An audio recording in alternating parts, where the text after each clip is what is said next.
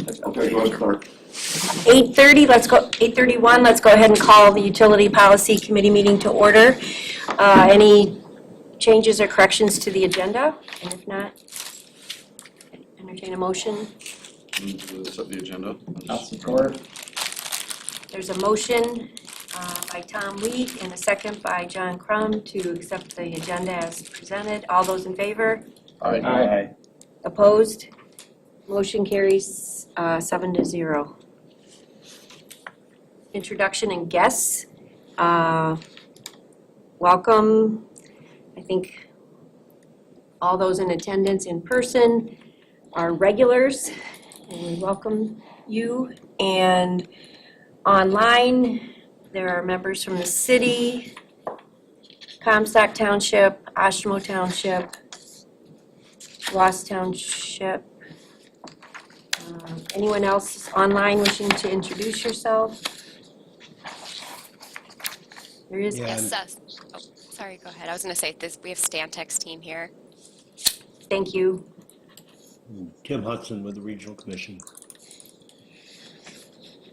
Thank you.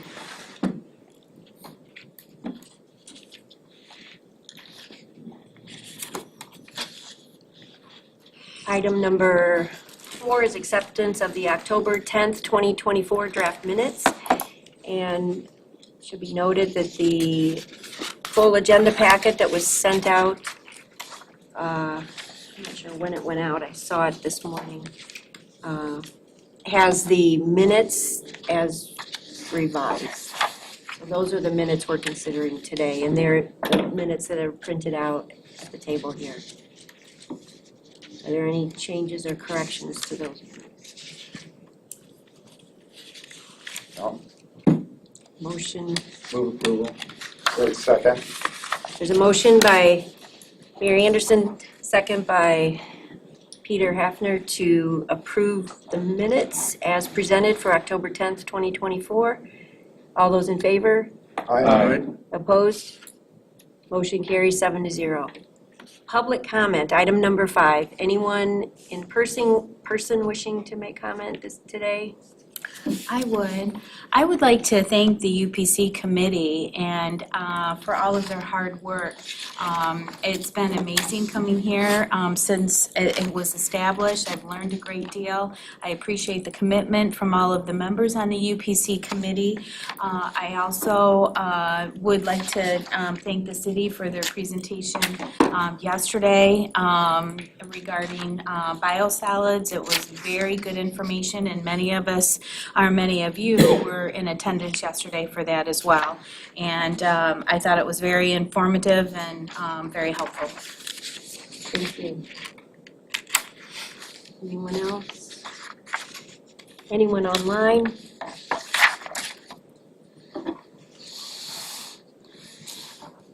Hearing none, we'll proceed to item 6, unfinished business. So we have the 2025 water rates, and Stantec today is going to discuss the cost of service study with us. Anything else, James? No, just remind everybody this is something we go through every year, and it just looks at different service categories like industrial, commercial, institutional, fire flow, and it just looks at the overall cost for us to provide that service and what the revenue for that service looks like. And we're not looking for exact matches, but we're looking for overall matches between those revenues and expenditures within each individual customer class. So with that, we'll turn it over to Stantec. Okay, thank you. Morning, everyone. This is Danica Katz from Stantec. Can you all hear me okay? Yes. Perfect. And we've got Laura Arturo from our team as well, and possibly some others from Stantec. I'm going to go ahead and share a couple of slides like James mentioned and talk about kind of our findings and recommendations from the water costs of service analysis that was conducted. Go ahead and share those. Okay. Is everyone able to see that title slide okay? Perfect. Okay, so at a high level, I'm just going to quickly talk about our typical rate study process that we go through, like James mentioned, each year. So step one, in order to determine how much revenue is needed for the system as a whole, we go through the financial plan. We meet with Peter as well as the city staff, and go through a couple of work sessions in order to determine all of our assumptions and so forth in order to determine that rate recommendation. The next step, which we're going to talk about today, is the cost of service analysis, and that determines from who the revenue should be collected on how your system is operating. And the goal of that is to just define proportional revenue recovery between each of those customer classes. And then we look at potentially rate design and how those revenues are collected interclass between all of those, depending on the results and how things are shaking out each year. Just as a quick overview, we had talked about this on a couple of previous meetings, but this is the financial plan that we go through each year, and just wanted to emphasize here that 5% water rate adjustment for 25 that was approved in the last meeting. And what this cost of service would determine is how that 5% would ultimately get spread across each rate customer class if needed.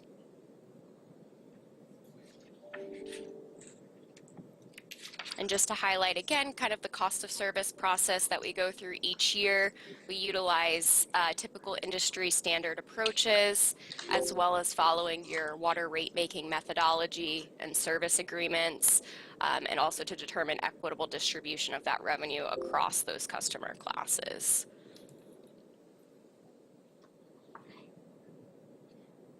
Okay, and then as we kind of get into what our findings have been kind of through the study. So we want to talk about some of the demand patterns and trends and just highlight as a whole. So in going through this analysis, we observed a couple of ranging patterns in some of your peaking factors and demands. So we saw some seasonal fluctuations, a couple of interclass usage shifts, as well as some shifts between the inside and outside customers.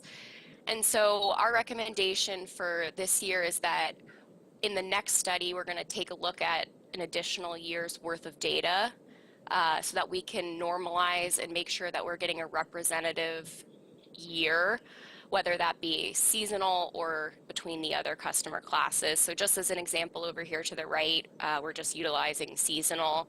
As an example of what we notice is in the 22 study, you can see some of those variations and fluctuations between usage on both the inside and outside city customers, as well as some of those changes in the peaking factors that you can see here.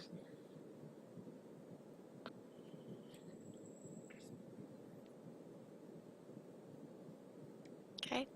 And so as a summary for this cost of service analysis, while we recommend the 5% rate increase be applied across all of the customer classes for fiscal year 25, what we're going to recommend is that early in the process next year for the cost of service, that we take fiscal year 24 data and we analyze that 3-year period in order to identify and normalize some of that data and make sure that we're really understanding the patterns between all of those customer classes so that we can potentially make recommendations or adjustments between each individual class.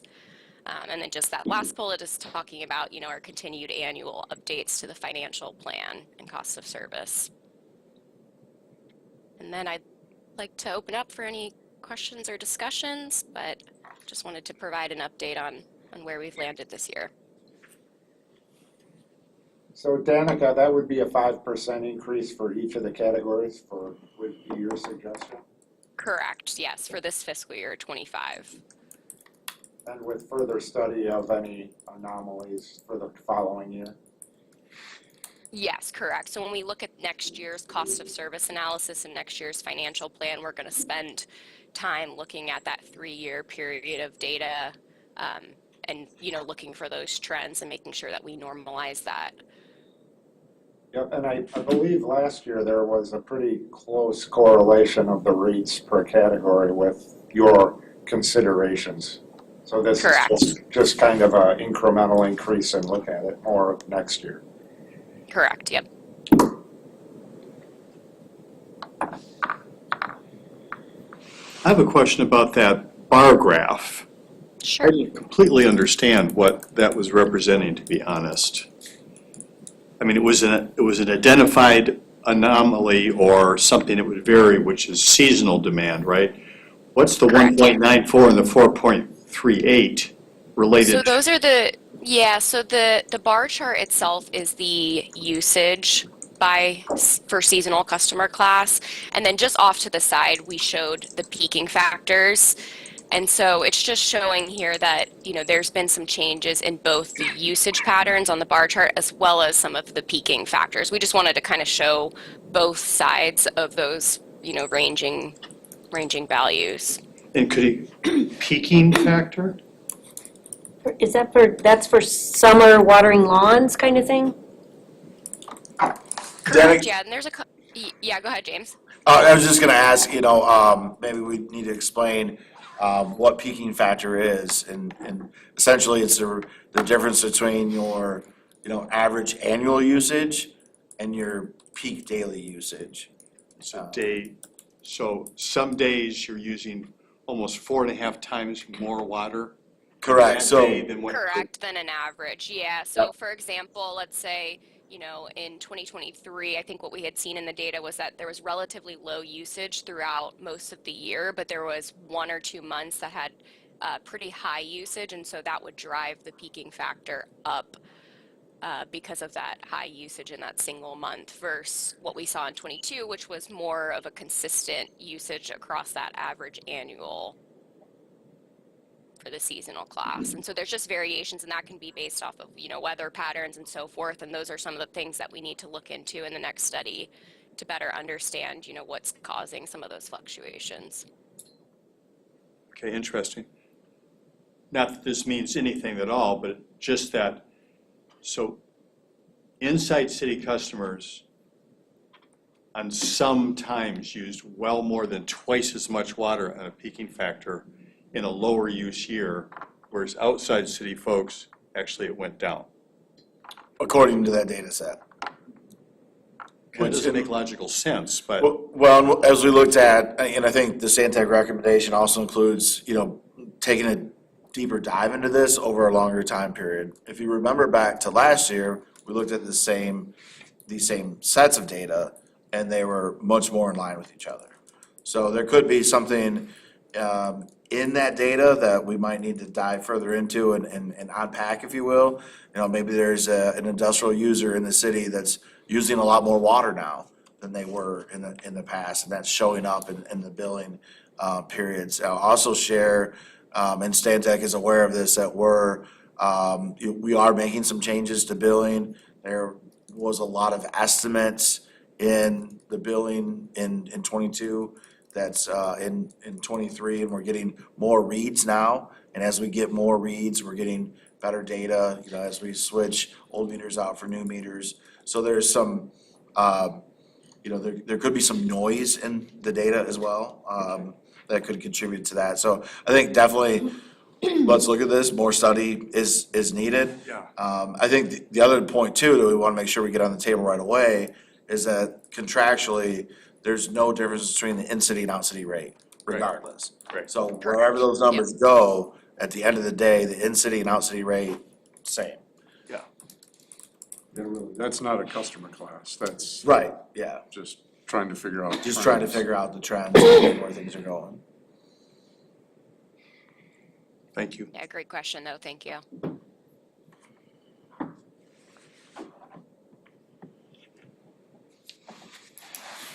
Any other questions?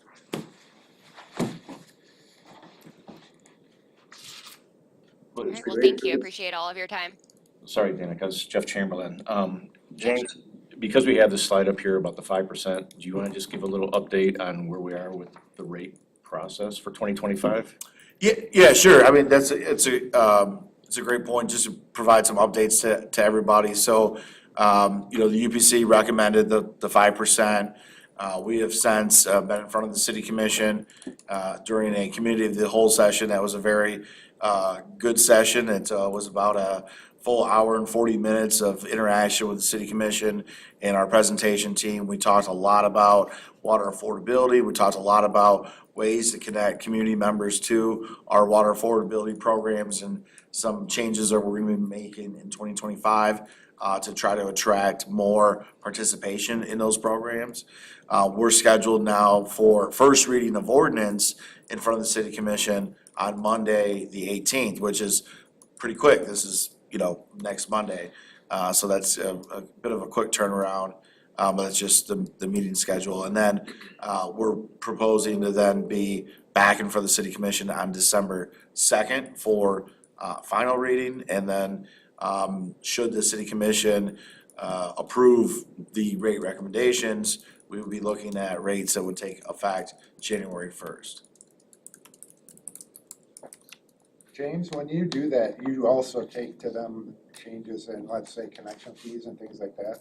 So there is some opportunity to do that. One of the things that we were gonna do, since we have the ordinance open, we were gonna take the system capacity buy-in fee chart that's currently in Appendix D, I believe, and put that in the ordinance. We're also gonna reference Appendix D for the service connection charge. The UPC is on schedule to reconsider that service connection charge in May of next year. So timing's a little off on that service connection charge to update it in the ordinance, because we're gonna bring that back to you in May. But this is an opportunity for us to reference via ordinance where to find that information, which I think might be in there already, but we'll just make sure that's cleaned up. The more of these items that we can get in the ordinance, the better. And so this will be a good time to get that the system capacity buy-in fee in there, and there's no changes on that. So that will, that's an easy item.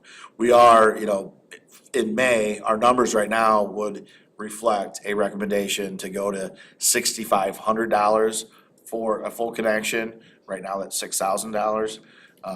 And so that's just kind of where we're headed. Give the folks some heads up in terms of where construction is trending. So I'll just follow up on that, just since we're giving an update on where we're at and what happened. So maybe from slightly a political perspective is that, as everyone here knows, James does fantastic presentations, taking the complicated and making them clearer to understand, and has a lot of energy and enthusiasm about it, which actually makes it a more interesting presentation. So I can tell you in large measure, I was very proud of the presentation that James made, and more so proud of the water system we have and the work that we're doing on it and all the thoughtfulness that's happening about that. That really makes me, because it's one of those things, you don't run on, I'm gonna fix the water pipes or things like that. It's underground, people don't think about it, but it's just one of the most profoundly basic things we do for each other, when we gather together in a civilization. So I was really proud of our own system. On the political side is that, what commissioners are most likely to hear is some people are unhappy about the rates going up. And generally speaking, those are not couched in, kind of friendly terms. Those are often unhappy and sometimes extremely unhappy emails. I don't know if they end up going to any township boards about that or if those get directed to the city. So much of the conversation, even though we had a long presentation about the system, was the affordability side. I think that probably more of the commissioner comments were about affordability. It was great to have Community Action Agency there, CAA. They did a great job. Amber and Laura, I think, two names of the two folks there. And they really talked about all the efforts that are being made. So if you hear about that, even simple things like, well, I think, James, you mentioned this, is that people might be behind on their bills. They get a bill. You're like, I know I can't pay this, I'm not even gonna open it, I toss it in a stack. And rather than putting inside the bill, printed on the bill, if you need help, call this number, literally printing that on the envelope. So if you're not even gonna open it, you're freaked out because you can't pay your bill, there'll be even a notice before you even open this. There is help available. So just those kinds of, I think, creative ideas about trying to make sure people understand there's access for folks. And when it comes to that affordability piece, although you might think so, it's not just a couple downtown neighborhoods. It's spread across all our jurisdictions, and there are some folks, a very small group of folks, 300 customers maybe, and then when you drill down under that, out of all our customers, that really struggle continually. So I think there's going to be a focus there on more direct outreach. But that's, I would say, where a lot of the commission conversation was on that affordability side, and I think we have a good structure there. I'm really happy with that too. But anyway, one thing gives me a little hope here, looking ahead to 29, and that CIP spending going down a bit, because I know that's driving our rates, and I'm like, okay, maybe we're gonna get a little of rate, I don't know if we're getting rate relief. I mean, I'm sure there's gonna be continual increases here, but anyway, it's a challenge for folks. So it's, on top of other bills that people are paying, people aren't happy to see the increases, so. Thank you. Sounds like very good presentation and discussion. Yeah. Commission discussion. Any other comments? We'll move on to capital improvements and the neighborhood policy. And that is at the township level with discussions either have happened or will happen at 4 townships on that point, and those are ongoing, so there's not really an update on that other than that at this time. The fiscal year 2025 DWSRF project plan. We have an update on that project, and I'll look to Director Baker. Yeah, sure. So, we've got the FY25 DWSRF project plan kind of in play now. We're working with Eagle, just kind of setting up different administrative tasks, and, we're starting design on Station 14.5. We're beginning that design in Richland Township, and we're kind of, just going over different admin things with Eagle. Unfortunately, on Friday, we learned of an admin policy that Eagle had related to the number of connections required for some of these township extensions. Their process was a little bit of a harder approach than what the UPC had supported. We have, essentially created an incentive by pushing that required connection just off completely, in that there's no required connection. The city does not require connections. The UPC does not have required connections. Our ability to incentivize folks to connect was through that 5-year, no cost, no upfront cost time period. And I think we're potentially even willing to consider other options with that. That created some pressure for Ross Township. Unfortunately, Ross Township was unable to commit to the project, and so we'll be removing the Ross Township scope from this project plan, and we'll be changing some scope in Richland. So without Ross connecting to Richland, there's the current design would have too many dead ends in Richland.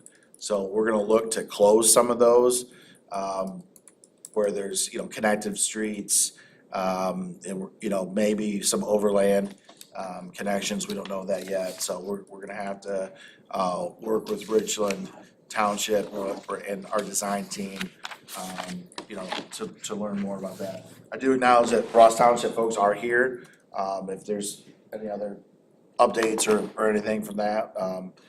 But overall, we're still in really good shape. With the DWSRF plan, we're still moving forward, just not including Ross at this time. Appreciate that update, and it's helpful to know that the project is moving forward. Certainly, from some perspectives, it would have been helpful to have Ross included, but certainly respect and their board's decision, and we acknowledge that at our last meeting and our approval of the project. Any other comments or? Okay.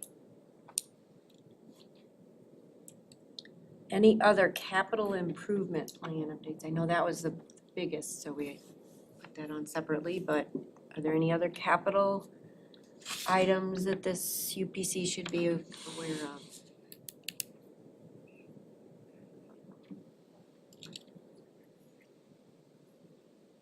Item C is 6C is the utility financial policy, and that is my understanding, going to the city commission along with the ordinance updates for the 2025 rates.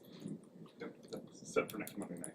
Was that financial policy presented last It was Tuesday not- night as well? It was not part of the presentation. Okay. But it's a separate item going on Monday Monday, night, so okay. that does not need the two readings like the ordinance change would, so Okay, should be able to, but I don't foresee any issues there, but. okay, great. Thank you.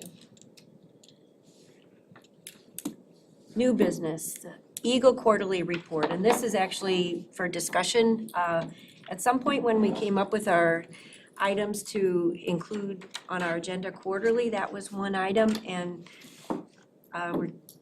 I'm struggling to try to remember what that report was.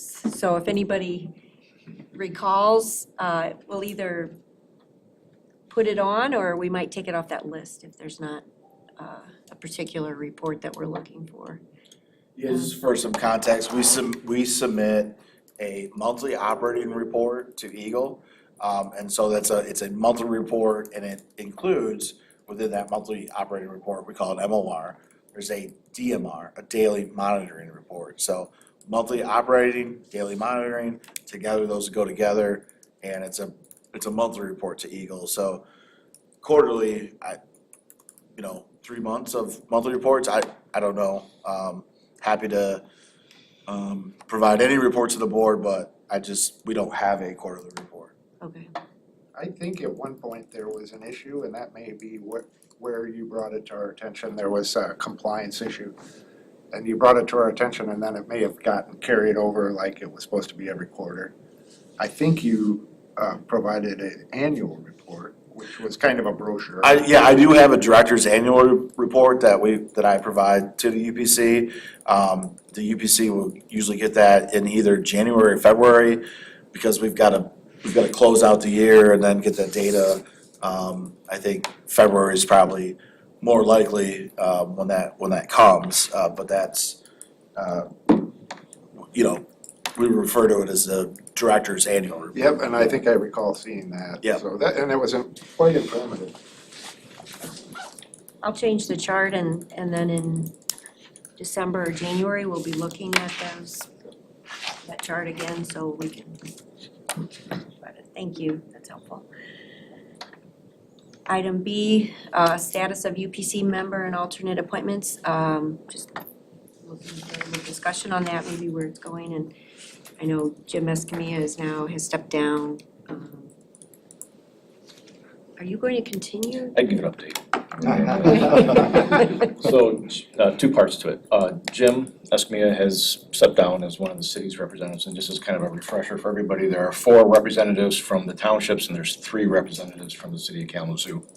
And then there are 2 alternates from the city of Kalamazoo and 3 alternates also named for the townships. So, the city is in the process of recommending a new appointment to fill Jim's seat, Mr. Will Rowland, who actually is a former city employee who worked in the water division. Local, obviously, still here. I think he's hopefully excited about joining the board. That recommendation, I believe, is going to the city commission on December 2nd for appointment. Steve has been filling in as one of our alternates. I am retiring from the city of Kalamazoo next week, so this is my last meeting with my city of Kalamazoo employee hat on. I've been asked by the city manager to help out on a few projects, and so we're looking at, probably I would stick around with the UPC as the city's member. And that still needs to be finalized and decided, so it's not, things could still change, but that's the path that we're on right now. I will not be here for a few months, so we'll use probably Steve, probably continuing to show up as one of the city's official alternates. Thank you. informative.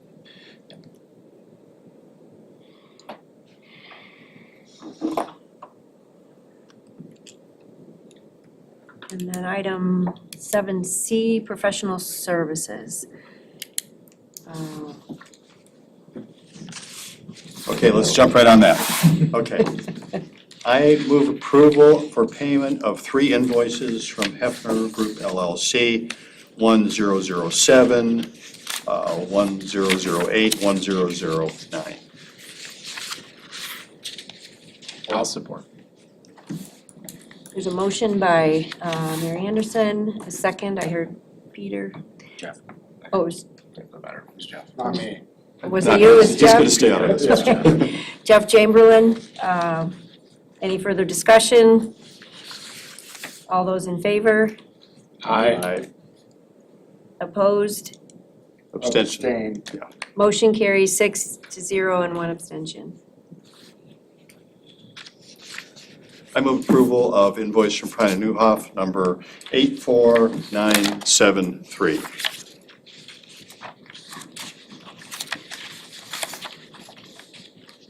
I'll support. Motion by Mary Anderson, second by John Crum to approve Prine and Newhoff invoices as described. Any discussion? All those in favor? Aye. Opposed? Motion carries 6-0 and 1 abstention. Item 8, committee member, alternate attendee, guest comments. Anyone in person wishing to comment? Mayor Anderson, in a comment to your comments earlier regarding rates, I have been able to have the opportunity to have conversations with some of our older residents and other people as well, trying to explain, especially like with the bio cost of hauling it. And I think education is important for people to understand, because when I've been having these conversations with upset residents, they were very appreciative of having that knowledge, because you don't know what you don't know. Right. So that's been successful for me. Great.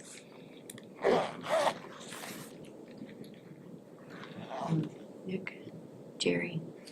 Working on our sewer and water rates today, finalizing, but I do want to thank Jim Baker. We had an open house of all of our new improvements in our water system, and took time out of his busy schedule to come out and look to see what we have, and I appreciate his interest, and he's going to help, so thank you.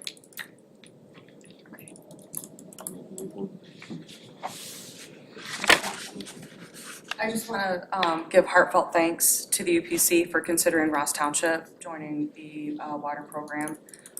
It's been a long, difficult road over the past year, and it's unfortunate that Eagle changed the funding parameters, which really threw the board into a position to walk away and leave the discussion. The residents just did not have an appetite for it, and being elected, we are bound to listen to our residents. And so that was kind of the final nail in the coffin, so to speak. But truly, it's been a long time, and I appreciate everyone here at the table considering bringing Ross Township forward, and I can't thank you enough. I really appreciate all of you. Thank you. Anyone online, any comment?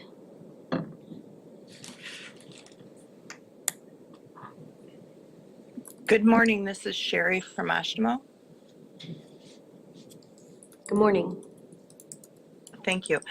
I just want to congratulate the program hosted by the city yesterday regarding the options for wastewater treatment in the future. It was very informative, and I was very grateful to be included. So thank you to the city and your staff, Jim Baker particularly. Also, it's good to come together in those meetings. And thank you, Mayor Anderson, for your comments regarding how to connect people to resources. I was able to speak to a member of the city staff and I don't have her card with me at the moment, but working on having CAA come out to Oshtemo and do an opportunity for people to learn more about how they can connect to assistance through the CAA. So multiple good things happened yesterday, and thank you all. Thank you. Any other online comment?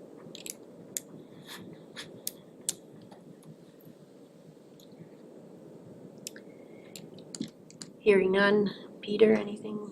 I would just congratulate Jeff on the retirement and thank you for always getting the schedule out there when we have meetings and putting things together and working behind the scenes. I really appreciate it, and I think things have gone quite smoothly, so I appreciate it, and best of fun for you in the future.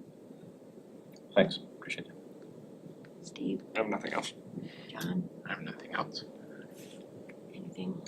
I just want to mention that after the last meeting, I think it was the following Thursday, the city hosted a Get the Let Out event at the Douglas Community Center. No, that was at the Edison Edison. Neighborhood Association. Yes. Really great event. It was a celebration of the 5,000th lead service that has been replaced. It was a great community, a lot of food. Yeah, that was good. Great event. Food, and Tom Perez came and spoke, and the mayor spoke. It was a really nice event. It was a good celebration of a lot of progress that has been made to get lead out of the system. Jeff? Well, I'll just say, I'm gonna have a couple opportunities to do this, but this should be a cupcake moment, I guess, which I didn't bring any cupcakes, but, you know, I think Jeff's work on this exemplifies, you know, the best that people bring to being a dedicated public servant and serving the public. You know, not necessarily coming in with a particular kind of a political agenda, but just coming in to take care of business and the mechanics of the things we do. And, I mean, Jeff is my personal repository of all things, you know, water contract. Do you remember all those years that Jeff was the consistent presence in a room, you know, talking about all those kinds of details? And for me, I mean, I appreciate that a lot. I think there will be arrangements made, obviously, like Jeff mentioned, that he will be back, and that will be most helpful. But it does remind me that, you know, it is good to have things written very clearly, because there will be people who spent years and years in rooms trying to figure something out and who know things forwards and backwards, and at some point, those people won't be around any longer. So it's good to have documents that are clear and are, you know, don't need explanation, I guess. So anyway, personal thank you, Jeff, but I think what you've contributed to this end result and our continuing to participate on our wastewater side, I mean, it's foundationally important. So anyway, thank you. Yeah. Thank you. And I second everything you just said. Thank you, Jeff. And I think it's important to note that the transformation, the drastic transformation in the negotiations atmosphere was with Jeff at the table, and I think that's a lot to his credit. So thank you, and it's ongoing, certainly working through things. And I also want to thank two elected members today who are present, Lisanne Harma and Nick Lukes, for all the service contributing to everything that they've done for this water and the Kalamazoo Regional Wastewater Commission. Certainly a lot of dedication, a lot of time, professional expertise, and I've, you know, enjoyed working with them. And this is the last UPC meeting I think that you'll be attending, so thank you. Thank you. With that, our next meeting date is December 12th here at Oshtemo, and we've exhausted the agenda and we are adjourned.